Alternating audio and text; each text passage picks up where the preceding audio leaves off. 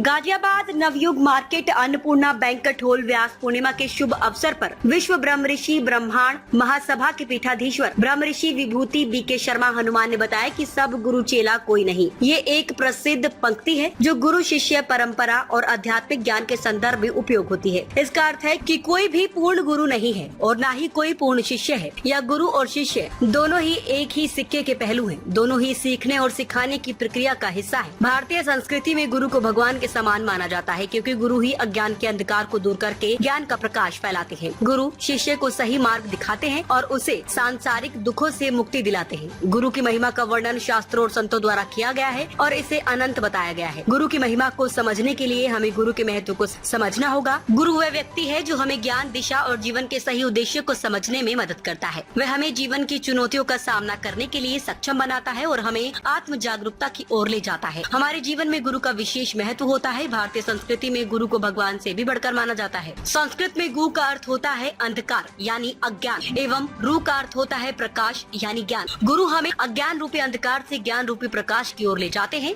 गुरु को महत्व देने के लिए ही महान गुरु वेद व्यास जी की जयंती पर गुरु पूर्णिमा का पर्व मनाया जाता है। आषाढ़ माह की पूर्णिमा के दिन गुरु पूर्णिमा का उत्सव मनाया जाता है। इस पर्व को हिंदू ही नहीं बल्कि जैन, बौद्ध और सिख धर्म के लोग भी मनाते हैं। माता और पिता अपने बच्चों को संस्कार देते हैं, पर गुरु सभी को अपने बच्चों के समान मानकर ज्ञान देते हैं। गुरु और शिक्षकों का सम्मान करना हमारा कर्तव्य है। एक विद्यार्थी के जीवन में गुरु अपनी महत्वपूर्ण भूमिका अदा करता है। गुरु के ज्ञान और संस्कार के आधार पर ही उसका शिष्य ज्ञानी बनता है। गुरु की महत्ता को महत्व देते हुए प्राचीन धर्म ग्रंथों में भी गुरु को ब्रह्मा, विष्णु, महेश के समान बताया गया है। एक व्यक्ति गुरु का ऋण कभी नहीं चुका पाता।